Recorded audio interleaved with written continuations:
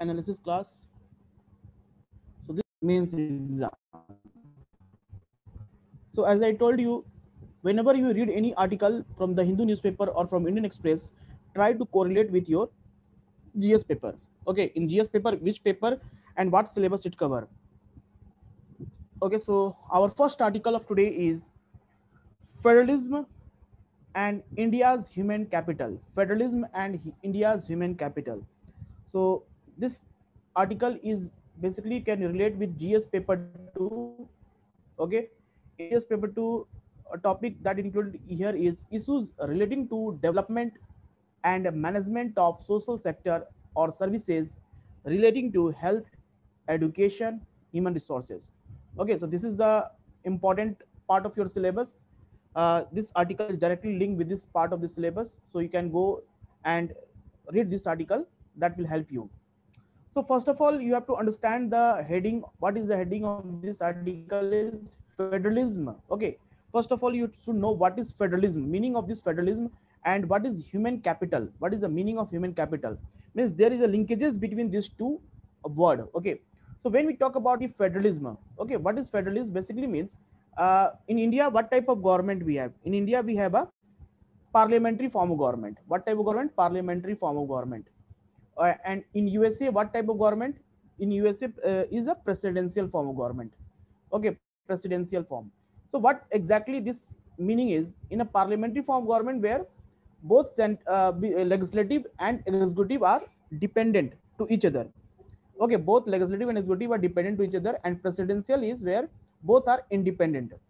And federalism is basically meaning is where a division of power between center and state. If this is the central government, then a central government is known as by central government, union government, or federal government. Okay, and this separation of power between center and states. Now states have their own judiciary, own power, on, okay, where center will not interfere in their matter. Only in a some limited extent they can interfere in their matter. Okay, so this type of government is called a federal government. Okay, where it's called federalism, where a separation of power is given between center and state. Okay, separation of power is given between center and state. That is that type of government is called federalism. Okay, so India we have a federal form of government where main characteristic is dual government, where you see means central government, state government, both have different powers. Okay, and their power is divided by the constitution itself. Okay, under seventh schedule of the constitution, where you see list is given: union list, concurrent list, and your state list. Now let's come to this article in detail. And after understanding of this word federalism, you should know what is human capital. Human capital is like a skilled person. If any country have more skilled person, more graduated with a very good degree, and they are more skilled, that then they will be more contribute for the development of country. In their contribution towards a nation development will be a more. So if you compare a person, a person who always fall okay, that always suffering for disease, any type of disease, and one healthy person. Okay, one healthy person and he's more educated, healthy person and more educated, and one is your illiterate person. Okay, illiterate person and is suffering from some fever. So which one will be a human capital? So this one will be a human capital, a person, b person who is more healthy and educated, because they will contribute more to the nation growth as compared to the person who is suffering for fever and illiterate. So he will be a lazy, he will not do any productive work, so that will not help in development of the economy. So this article main purpose here is how a federalism means we have a division of power between central state, how we can utilize such an type of government, and we can develop human capital, India's human capital, in a more productive way. Okay, so what this article is says, that first point article of this point, first point is a decentralized approach and strong local government can enhance development outcomes. Okay, what is the meaning of this?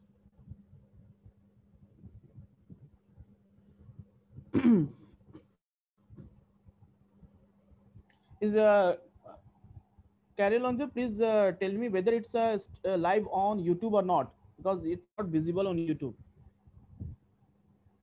Is it live on YouTube? Okay, so what it said that a decentralized approach and strong local government can enhance developmental outcome.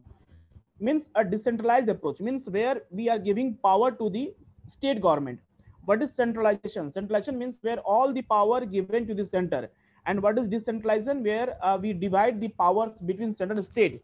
We given some autonomy to the state government that they can take a decision on some particular matters. Okay, so they have a right to make a law on some particular matters. So such type of means approach is called a decentralized approach.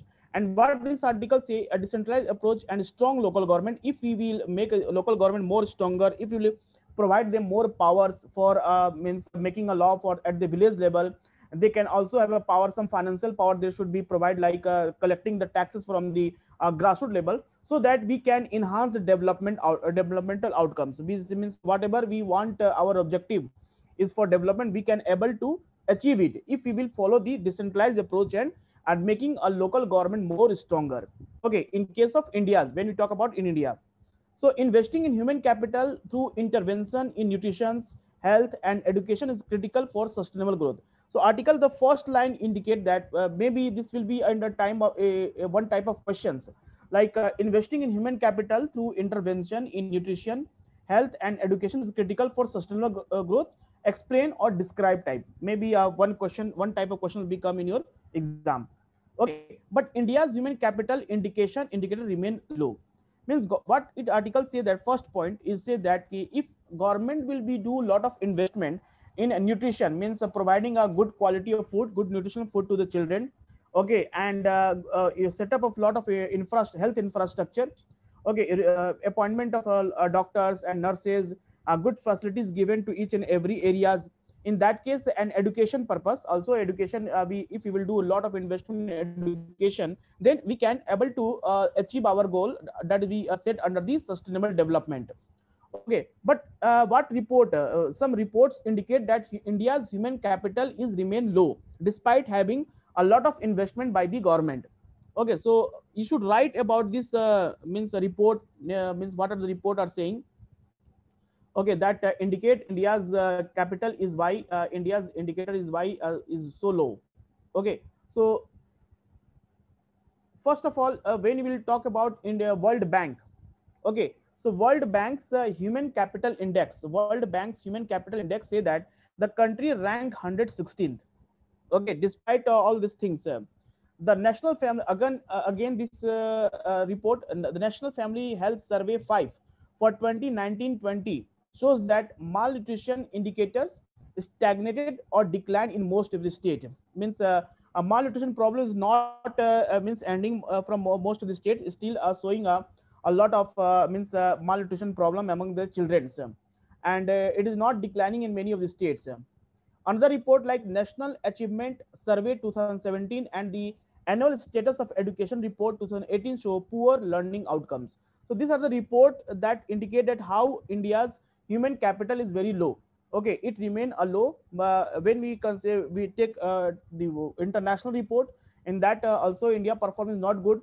When we talk about some national reports like Annual Status of Education Report, National Achievement Survey 2017, it also that India's human capital is not performing well. इसके सिवा, in addition, there is a little convergence across the states. Okay, this is cause concern of this statistic could worsen due to COVID-19 pandemic.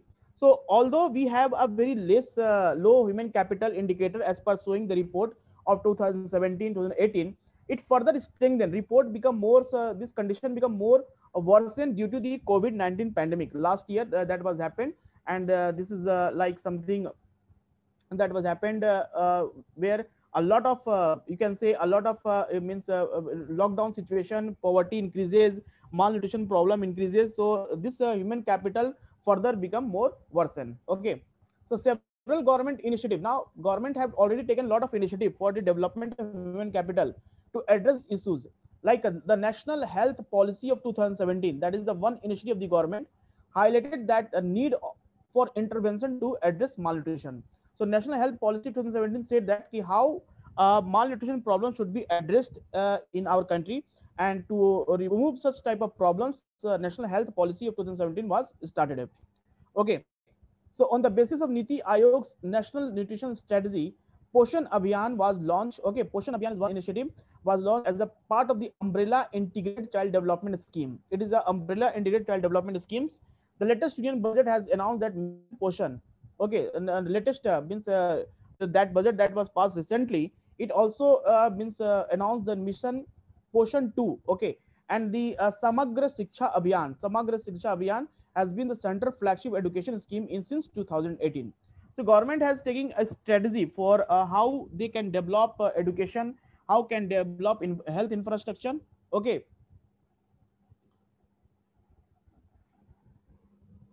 is this streaming live on YouTube, Manishji?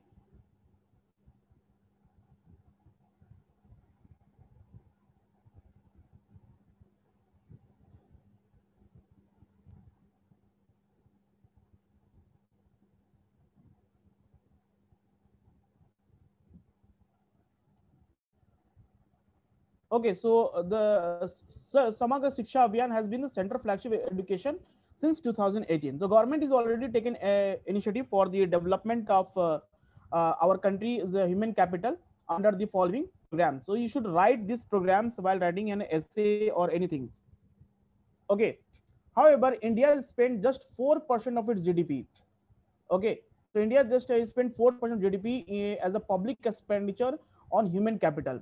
So this is again one important indicate that India's expenditure is just only a 4%, around 1% and 3% on health and education respectively. So when we talk about 4% is the total amount of GDP. Okay, 4% GDP that will be the part of public expenditure on human capital. Among this 4%, 1% is for your means health purpose, and 3% for education purpose. Okay, so one of the lowest among its peers, means all the other nations, South Asian countries. This is the most lowest.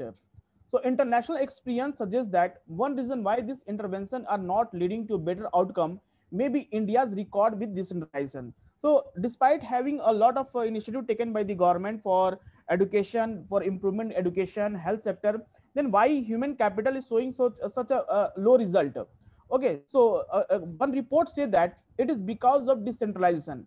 We have to follow the procedure of decentralization in a proper manner. Means we have to give some power to the local government, state government, so that they can able to take their decision. So there should be autonomy in their respective areas. Okay, so we in that case we see some fruitful result. Okay, so globally there has been a gradual shift in the distribution of expenditure and revenue towards sub-national government. These trends are backed by studies demonstrating the positive correlation between decentralization and human capital. So when we talk about, we take the reference of globally, in globally many countries where decentralization procedure is followed by the central government, where the government is giving more power to the state government and local government for taking decision there in their respective fields area. And in that state, that country also performing very well. It show the how human capital is increasing in such type of countries. So we have to learn this process from taking example of the globally. Okay, in recent year, India has taken some step toward decentralization, and India also have taken some decision in decentralization, like 14th Finance Commission increased the state share in tax devolution from 32 to 40%. This is a very big achievement by this government, where instead of 32%, government now sharing is increases to 42%, which was effectively retained by the 15th Finance Commission. Even a 15th Finance Commission from 20 till 2020, then again it's follow it, and they continue this trend that 42% of the tax sharing between the center and the state. Okay, so in India, three-tier government are envisaged, with constitution dividing power between the first two tier, the center and the state, as per the three list under the seventh schedule.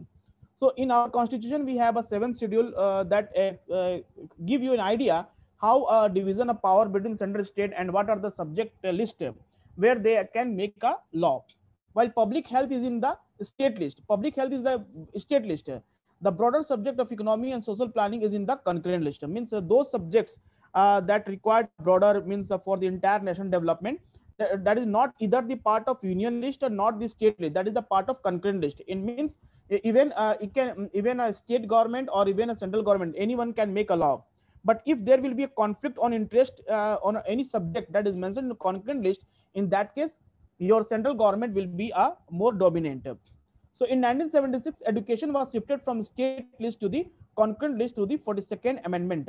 Now, this type of statement is very important for prelims point of view. You should know in 1976, because of 42nd Amendment Act 1976, the education was the part of a state list. Now it is the part of concurrent list. Now, what would be the result? What would be the outcome of this? If it is really the part of concurrent list, it means both central government and state government can make a law on a particular subject. Okay, and in case of a conflict, so in that case the parliament law will be a more dominant. The placement of subject in the concurrent list in effect indicate the presence of overarching consideration that warrant the center's involvement. Means central will be involved where whatever the subject that is mentioned in a concurrent list, where in that case state government will make a law, but in at the same time central government will also involve, and where a central government will be involved, it means that they will be a more dominant. Okay. Fiscally, while the constitution assigned the bulk of expenditure responsible to state, the center has major revenue sources. Means most of the when talk about the constitution, you will read about the financial power between the center and state. So we said most of the expenditure responsibility given to the state government and center are very less. Despite all these things, center is dominant in some of the areas. Okay, to address this vertical imbalance, the constitution provides the fiscal transfer through tax devolution and grant in aid. Okay, grant in aid given to the state government by the central government. If any of the state wants more money from the central government for the infrastructure development, for the human capital development, in that case, this is called grant in aid is given.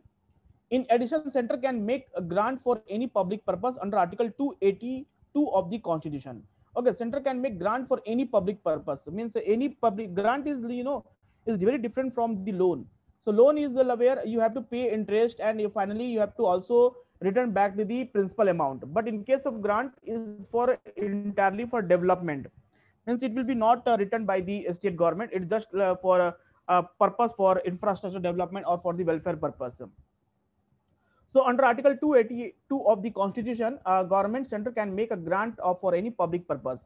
While fiscal transfer that are part of the tax devolution are unconditional, transfer under grant in aid or central or centrally sponsored scheme can be conditionals. Okay, so it is like a conditional that government make a condition that this should be a part of in suppose this scheme is implemented in northeastern state.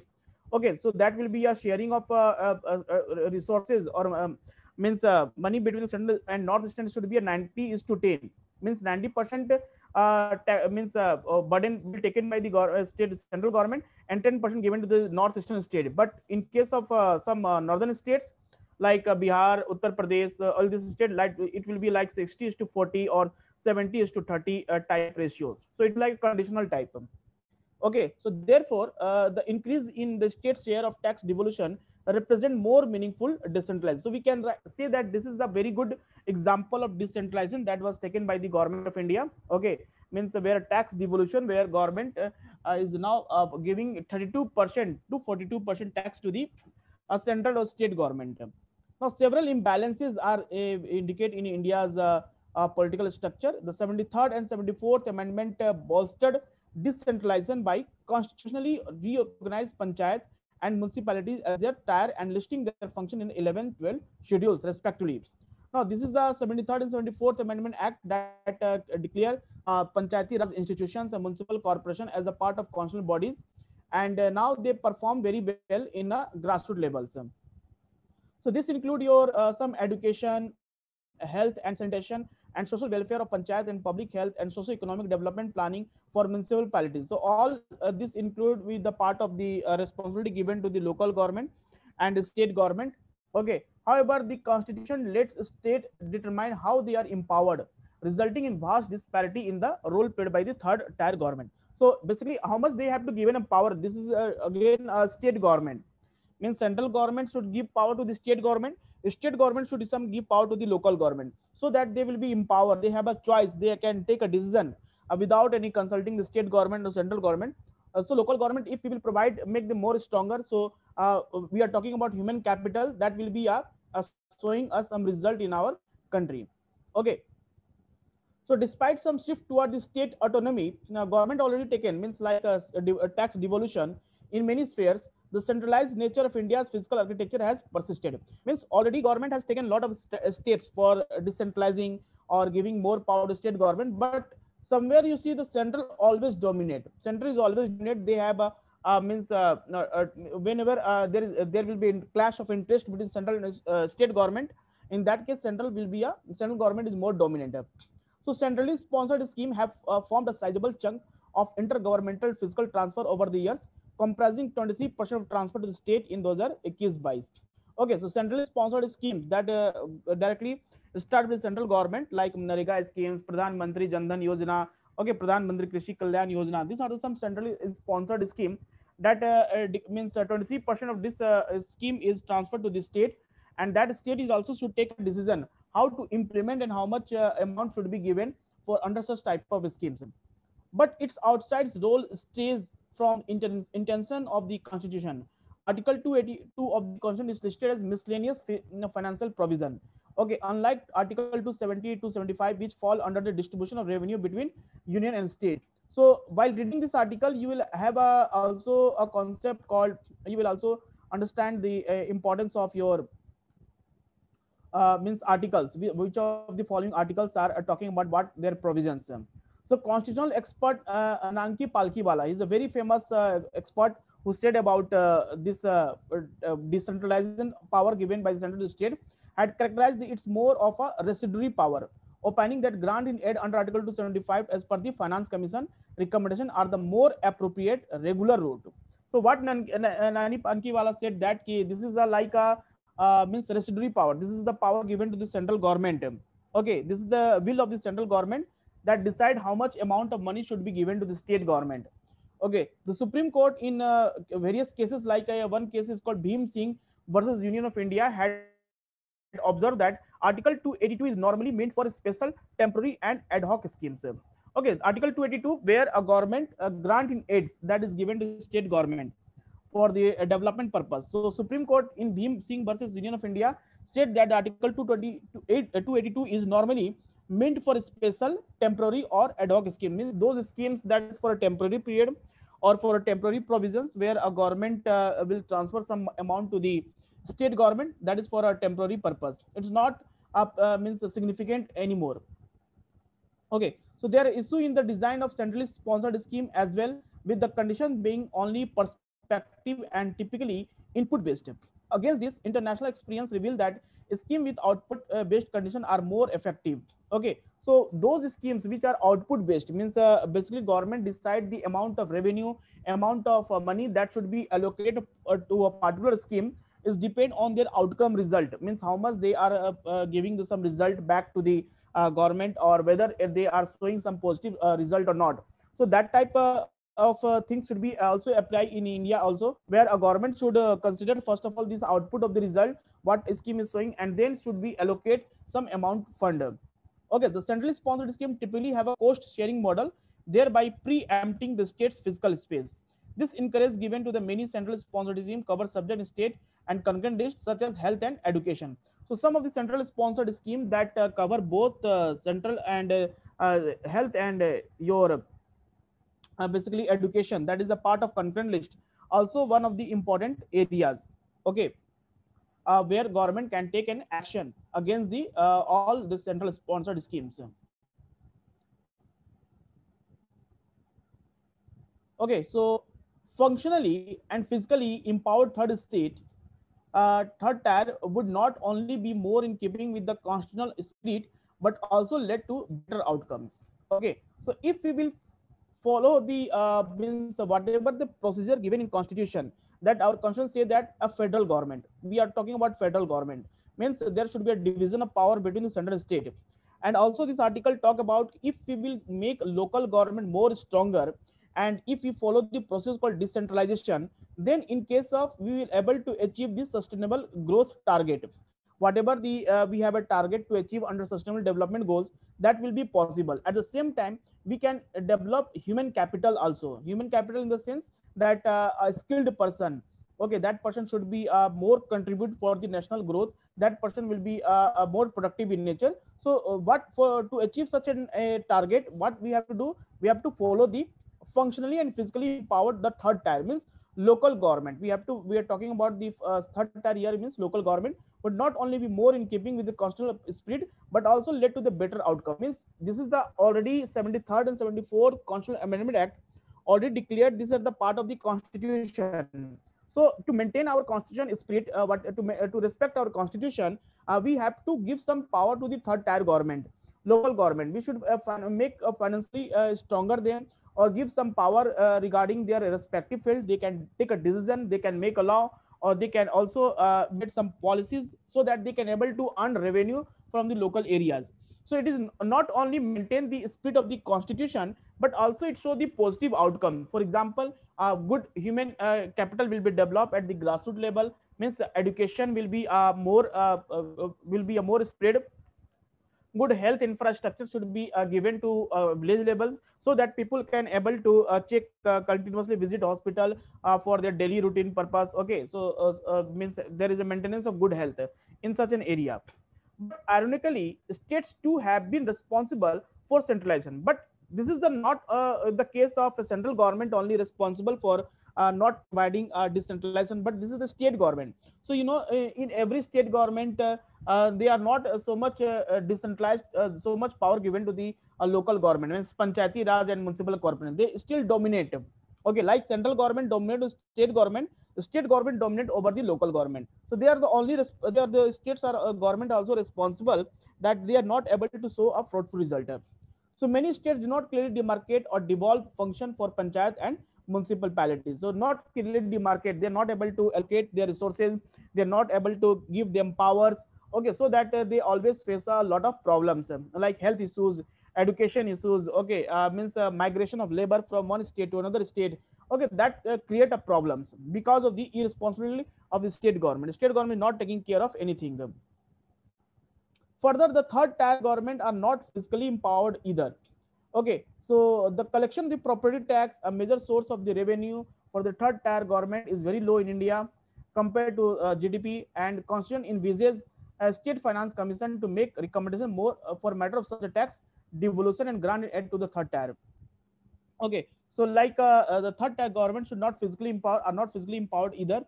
The collection of property tax, now whatever the state revenue they are earning, like property tax. Okay, third tier government is very low in India.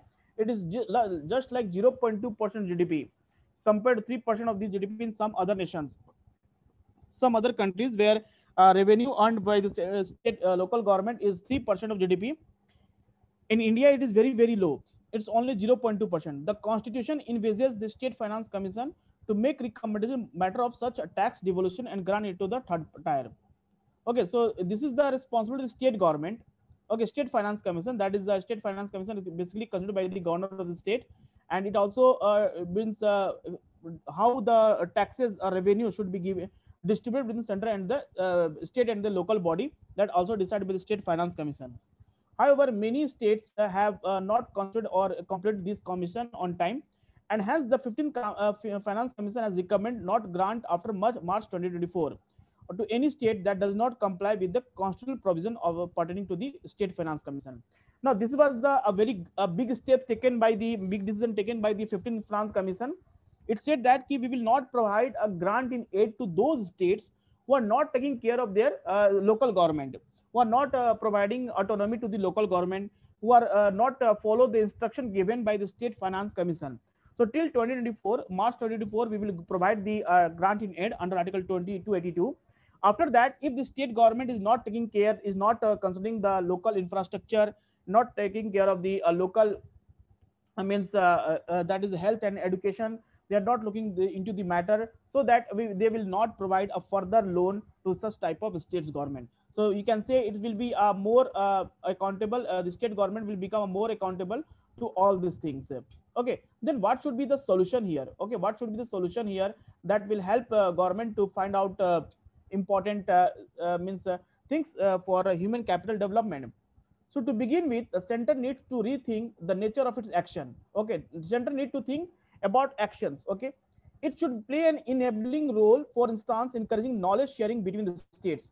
Enabling means they should be participate. They should be interfere in such a matter. Okay, they should be interfere in such matter that how they will means a power should be given to the local government. Okay, For a state to play a bigger role in human capital intervention, they need to educate physical resources. State government should have educate physical resources so that they're able to do investment in health and education sectors. And state should rationing their priority to focus on human capital development. The center should refrain from offsetting the tax devolution by altering the cost sharing ratio of central sponsored scheme and increasing cessation. So whatever the government is earning under the tax devolution, says like we have means coal says, okay, so that the government earn some money, okay, that should be also shared with the state government. Means educate funds should be given to them. Okay, the unconditional nature of this vertical transfer should be evacuated in spirit. Concomitantly, the heavy reliance on central sponsored scheme should be reduced, and tax devolution and grant in aid should be primarily sources of vertical fiscal transfer.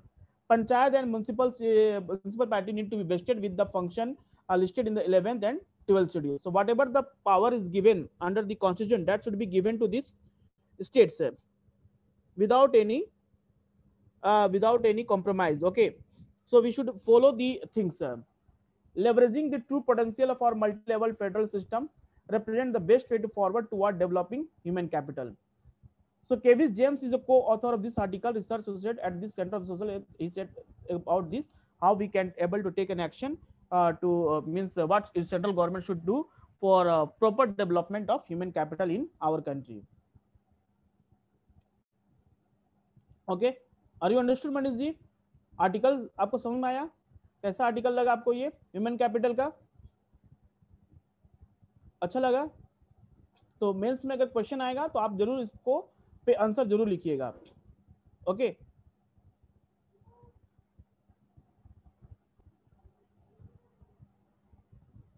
Now will do the second article.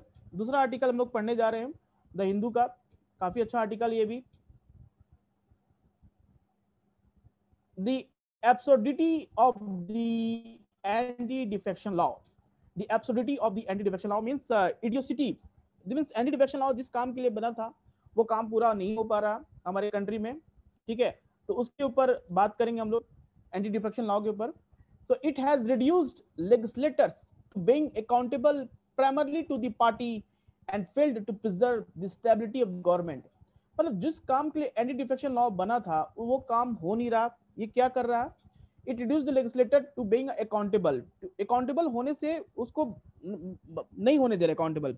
Means what is the role of a legislator? To be an accountable.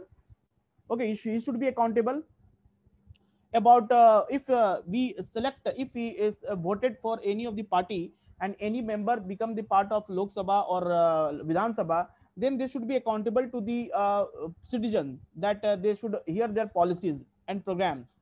So it has reduced legislator to being accountable primarily to the party and failed to preserve the stability of the government. So anti-defection law was made to maintain the stability in the government. Okay, तो वो काम अभी जो anti-defection law है वो कर नहीं रहा. तो इस पे एक आर्टिकल बहुत अच्छा आया है, तो that will be a part of GS paper 2. उसमें हम लोग पढ़ेंगे. ठीक है, तो पढ़ते हैं. सो जीएस पेपर 2 में आप देखोगे ये issues and challenges pertaining to the federal structure पे एक आर्टिकल है, ये जो एक सिलेबस में लिखा हुआ है. एंड सेकंड है parliament and state legislature structure, functioning, conduct of business, power and privileges and issues arising out of this. तो ये दो इंपॉर्टेंट जो सिलेबस का जो पार्ट है जीएस पेपर 2 का, उसके हिसाब से ये इंपॉर्टेंट बनता है. सो फर्स्ट ऑफ ऑल इस article is about anti defection law. So what is anti defection law? So anti defection law के बारे में कुछ जान लेते हैं.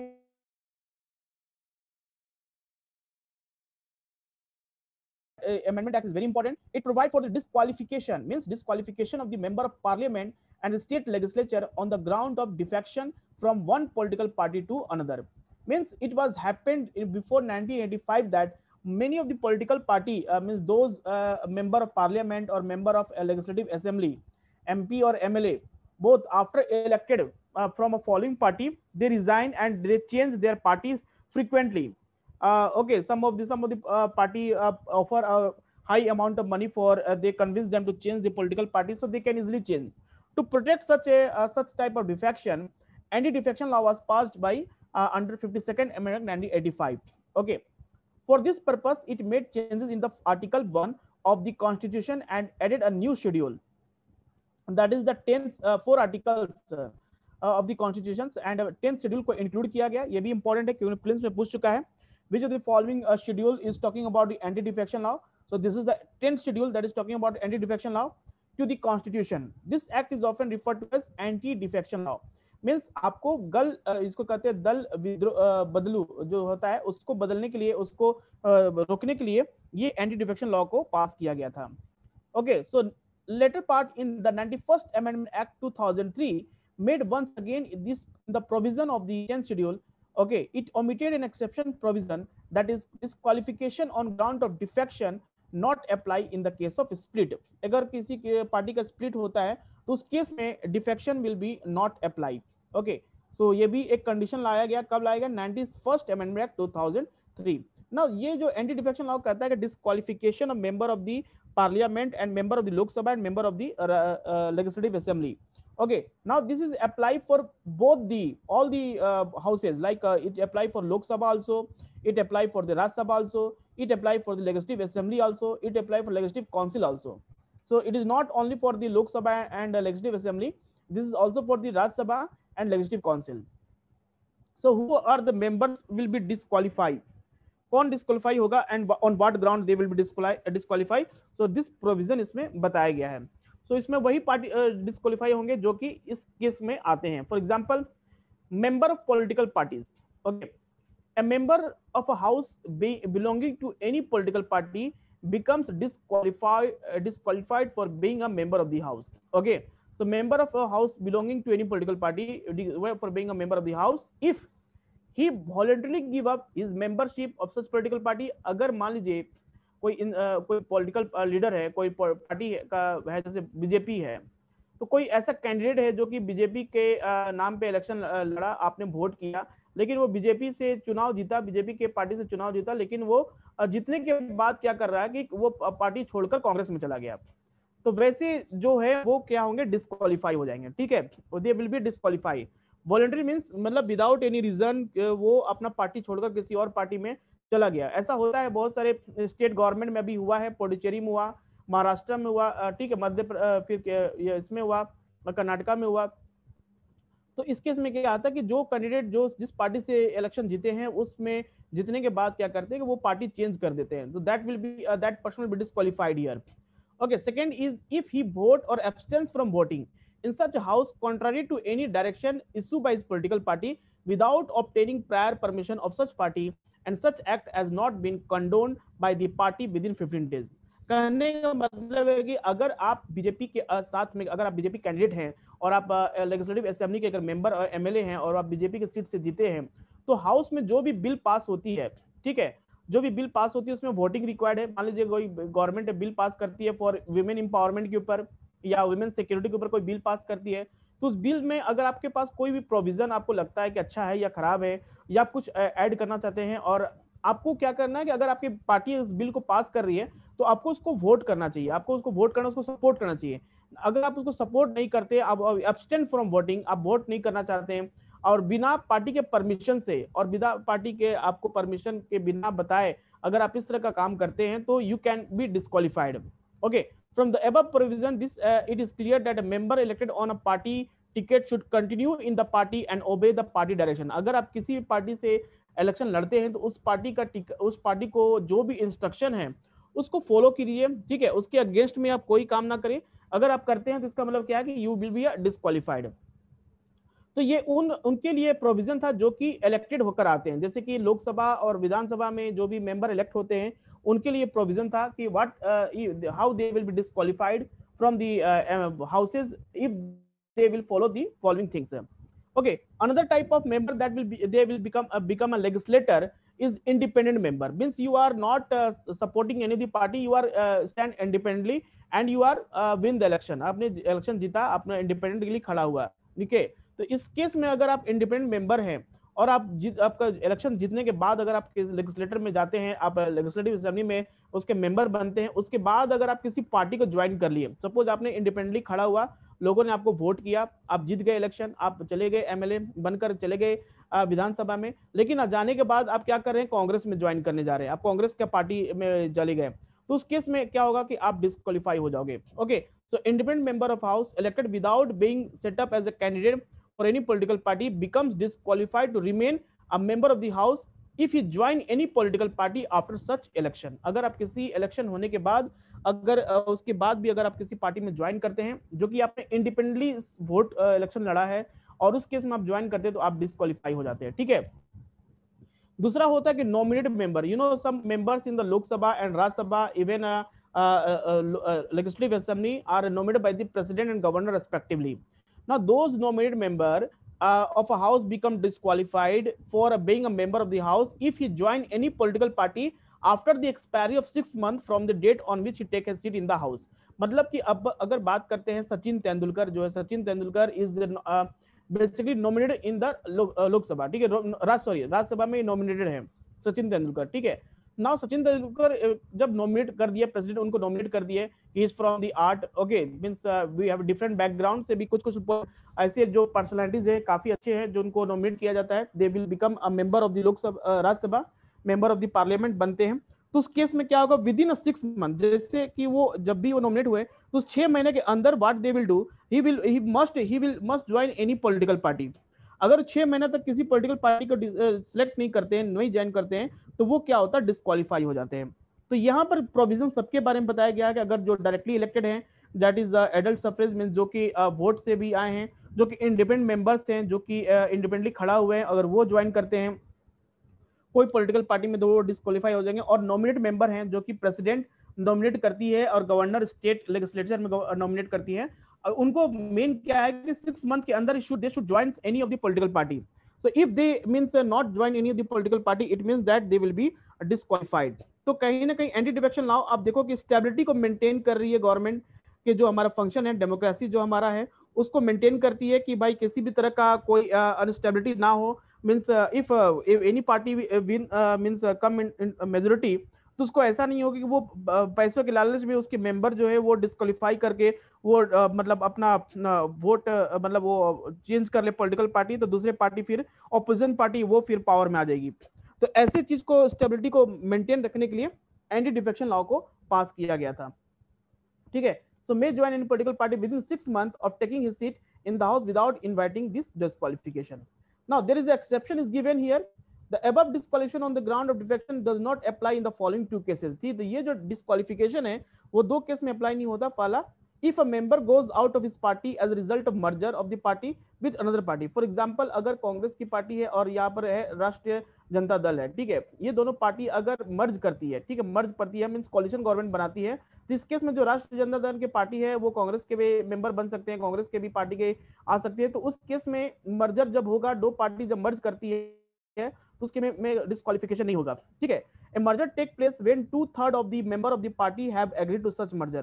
अब ये मर्जर अपने आप में भी नहीं हो सकती। सपोज इस राष्ट्रीय जनता दल के पार्टी का मेंबर 40 है, सपोज 30 है और कांग्रेस के 60 मेंबर है, 2/3 means 20 40 member of Congress and 20 member of राष्ट्रीय Janata Dal, if they will support that merger should be happen तो मर्ज होना पड़ेगा, नहीं तो उससे कम अगर है उससे लोग हैं तो उस केस में मर्जिंग नहीं हो पाएगा। If a member after being elected as the presiding officer of the house voluntarily give up the membership of this party or rejoin it after it ceases hold the office। मतलब कि जो भी speaker बनता है, मान लीजिए BJP का कोई अगर मेंबर है वो स्पीकर बनता है, तो उस समय वो स्पीकर जब बनेगा तो उस समय रिजाइन कर सकता है पार्टी को।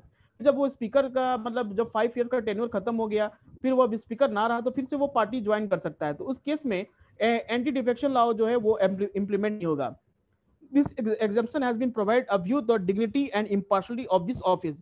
means speaker का काम क्या है, to maintain the rule and regulation in the house, to act as a means not should not be biased with any of the political party। they should give chance to speak each and every political party, each and every member have a right to speak in the parliament। तो उनको जो भी बोलना है उनको बोलने का हक हो। तो वैसे में क्या होता है कि कोई भी स्पीकर है अगर बीजेपी का ही रहेगा तो बीजेपी के मेंबर को ज्यादा चांस देगा बोलने का और कांग्रेस के मेंबर को देगा नहीं। तो इस केस में इम्पार्शलिटी जो होती है वो ना हो, इसलिए इस चीज को एंटी डिफेक्शन लॉ में ये इंप्लीमेंट नहीं होता है। Okay, so it must be noted here that the provision of the 10th schedule okay pertaining to the exemption from disqualification in case of split, 1/3 member of the legislature party has been by 91st Amendment Act 2003 It means that defectors have no protection on ground of splits. Now let's come to the main article जो है main article में अभी जो पौडुचेरी में हुआ था कि कुछ मेंबर्स ऐसे हैं जो कि रिजाइन कर दिए थे, जिसके से yet again the absurdity of the anti-defection law, it in what has now become the standard operating procedure. Several MLA from the treasury benches resigned, lowering the number required for a no confidence motion to succeed. So treasury bench उस चीज को कहते हैं जहां पर cabinet minister बैठते हैं. For example the first bench of जहां पर होता है, जहां पर प्राइम मिनिस्टर बैठते हैं in case of Lok Sabha, in case of Vidhan Sabha chief minister sitting along with chief minister some other minister are also sitting. Okay, तो उस केस में जो होता है उसको ट्रेजरी बेंच कहते हैं. और वहां के जो एमएलए थे बहुत सारे रिजाइन कर गए, जिसकी वजह से नो कॉन्फिडेंस मोशन सक्सेस नहीं हो पाया. This formula has been since recently state of Madhya Pradesh and Karnataka में भी इस तरह का देखा गया कि एमएलए जो है वो अपनी मर्जी से रिजाइन करते हैं, जिसकी वजह से अनस्टेबिलिटी गवर्नमेंट में आ जाती है. ओके, तो वो एक प्रॉब्लम हमारा जो एंटी डिफेक्शन लॉ जो बना था जिस पर्पस के लिए, वो पर्पस को फुलफिल नहीं कर पा रही है, क्योंकि ऐसे केसेस इंडिया में हर एक स्टेट से देखने को मिल रहे हैं. So anti-defection law was included in the constitution as a 10th schedule in 1985 to combat the evil of political defection. Means जो कि पैसे के लालच में जो भी एमएलए और एमपी हैं जो कि अपने हमेशा पार्टी चेंज करते रहते हैं, उन सबको बचाने के लिए ये इंट्रोड्यूस हुआ था. The main purpose was to preserve the stability of the government and insulate them from defections of legislator from treasury benches. The law stated that a member of the parliament or the state legislature would be disqualified from their office if they voted to or any motions contrary to their direction issued by their party. तो ये बोलता है कि अगर MP और MLA इस बात से मतलब ये रिजाइन कर सकते हैं, उनको डिस्क्वालीफाई किया जा सकता है अगर वो इस तरह का कोई भी प्रोविजन को फॉलो करते हैं, इस तरह की चीजों को डालते हैं तो डिस्क्वालीफाई किए जा सकते हैं. Okay, so let's talk about the range of the provisions. So range of the provisions क्या है इसके में केस में देखते हैं. सो provisions was not limited, okay, to confidence motion or money bills, which are quasi confidence motion. It applied to all votes in the house on every bills and every other issue. This provision not only for the confidence motion or money bill. This is considered a very important part of the legislative procedure, okay, where members should be a vote as per the direction given by the political party. Okay, so it is apply for each and every function of Lok Sabha, Raj Sabha.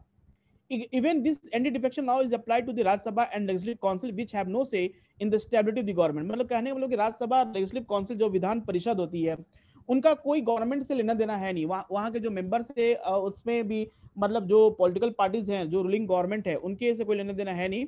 फिर भी ये उन पे भी apply होता है. वहाँ के मेंबर के भी एमएलए अगर आप हैं, एमएलसी है, अगर मेंबर लेजिस्लेटिव काउंसिल हैं और मेंबर ऑफ अगर आप राज्यसभा के कोई मेंबर है, अगर उन पे भी ये चीज लागू होता है कि they should maintain this stability. Okay, they should not follow all this procedure, means should not shift from one political party to another political party.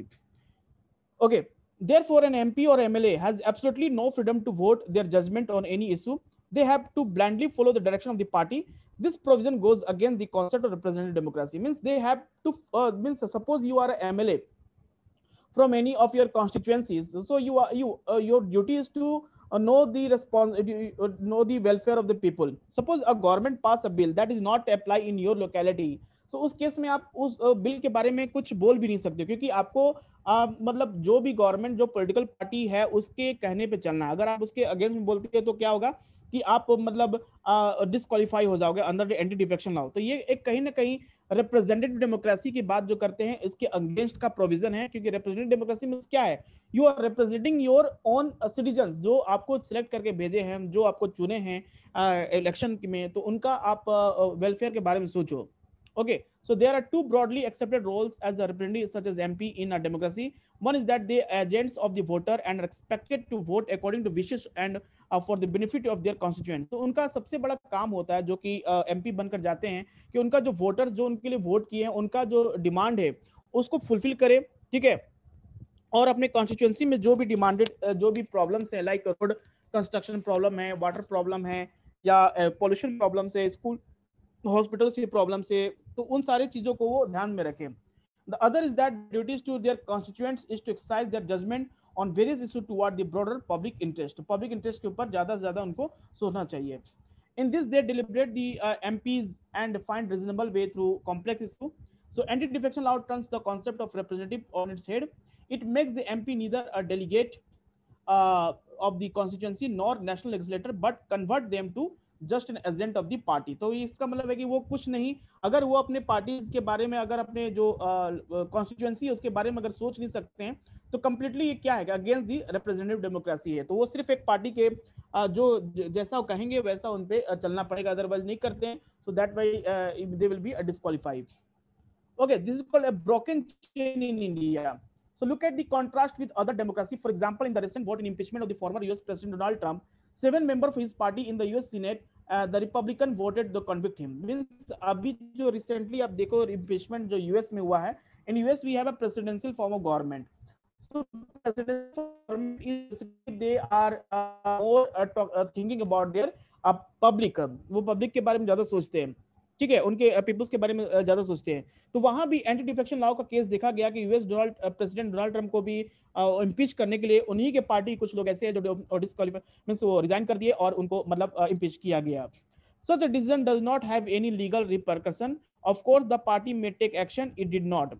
Also, voter may decide to reject the legislature for re-election. ऐसे case में party action ले सकती है अगर वो चाहे तो. और इसमें जो वोटर्स है, जैसे हम लोग जो है वोट करते हैं, वो नेक्स्ट इलेक्शन में क्या करें, वोट ना देकर किसी और को दे सकते हैं. And that is the core design element of representative democracy. और यही एक रिप्रेजेंटेटिव डेमोक्रेसी का एक डिजाइन है, जहां पर अगर कोई पॉलिटिकल पार्टी किसी के विश को पूरा नहीं कर पाता है, लोगों के विश पूरा नहीं कर पाता है, तो उनमें उसमें क्या होता है कि उनको हम वोट ना देकर उन किसी और को वोट देकर पार्टी ला सकते हैं. The legislator is accountable to voter and the government is accountable to the legislator. तो लेजिस्लेटर जो है, जो भी लेजिस्लेटर है, वेदर इट्स एमपी और MLA, that should be accountable to the legislator. जो वोटर से उन पे लेजिस्लेटर होना चाहिए वो. Okay. Second important thing is in India, this chain of accountability has been broken by making a legislator accountable primarily to the party. लेकिन India में क्या होता है, ऐसा होना चाहिए कि लेजिस्लेटर जो अकाउंटेबल होना चाहिए वोटर का, और गवर्नमेंट जो होना चाहिए वो लेजिस्लेटर पे अकाउंटेबल होना चाहिए. लेकिन इंडिया में क्या होता है कि इंडिया में basically legislator accountable to primary to the party. अब पार्टी हाँ बोलेगी तो उसमें हाँ, ना बोली तो उसमें ना बोलेगी, ठीक है. This means that any one form the party having majority in the legislature, which is by definition the party forming the government, is unable to hold the government to account. Further, all legislators have a ready to explanation for their voting behavior. They had to follow the party's direction. This negates the concept them having to justify their position on various issues to the people who elected them to the post. तो India में जो देखा जाए कि breaking chain इसीलिए कहा गया कि इंडिया में जो है वो बिल्कुल ही अलग है. इंडिया में इस तरह का केस जो बिल्कुल अलग है. इंडिया में कुछ और केस देखने को मिलता है. Means parties are means legislator are more responsible to their parties. Means जो पार्टीज की बात कहेंगे उसी पार्टी पे चलना होगा. Okay. So this indicate eroding legislature. जो हमारा कंट्री का जो लेजिस्लेटिव प्रोसीजर है वो इरोड हो रहा है. Means that is not performing well. An important consequence of the anti-defection law is the hollowing out the our legislature. If an MP has not freedom to take decision on policy and legislative proposal, what would be the incentive to put in the effort to understand the different policy choice and their outcome? The core role of the MP to examine and decide on policy, bills and budgets inside a line. Instead, MP becomes just another number to be tallied by the party on any vote on the support of the opposers. तो ऐसे में अगर MP इसके पास अगर freedom ही नहीं रहता है कि क्या सही क्या गलत है, what government is making bills, कैसा बिल होना चाहिए कैसा नहीं होना चाहिए, किसके प्रोविजन, कौन सा प्रोविजन एडिशन होना चाहिए, कौन सा प्रोविजन नहीं एडिशन होना चाहिए, अगर उसके ऊपर बात नहीं कर पाता तो फिर उस पार्टी उस एमपी का रहने का क्या मतलब. Okay. So that's a framework of our constitution did not intended this outcome. While introducing the draft constitution, B.R. Ambedkar outlined the difference between the presidential and parliamentary form of government. He said that the presidential form of government is higher stability but lower accountability, as the president is elected for 4 years and cannot be removed except for when misbehavior. तो उन्होंने कहा था जब हमारे country में जब हमारा constitution बन रहा था तो कॉन्स्टिट्यूशन जो B.R. अम्बेडकर जो थे उन्होंने कहा था कि दोनों का डिफरेंस बताया था. कहा था कि प्रेसिडेंशियल फॉर्म गवर्नमेंट काफी स्टेबल है, लेकिन उसमें क्या होगा कि वो सिर्फ 4 साल के लिए हुए और वो उसको तभी निकाला जाएगा जो प्रूफ्ड मिसबिहेवियर जब प्रूफ्ड होगा तभी जाके निकलेगा. ओके.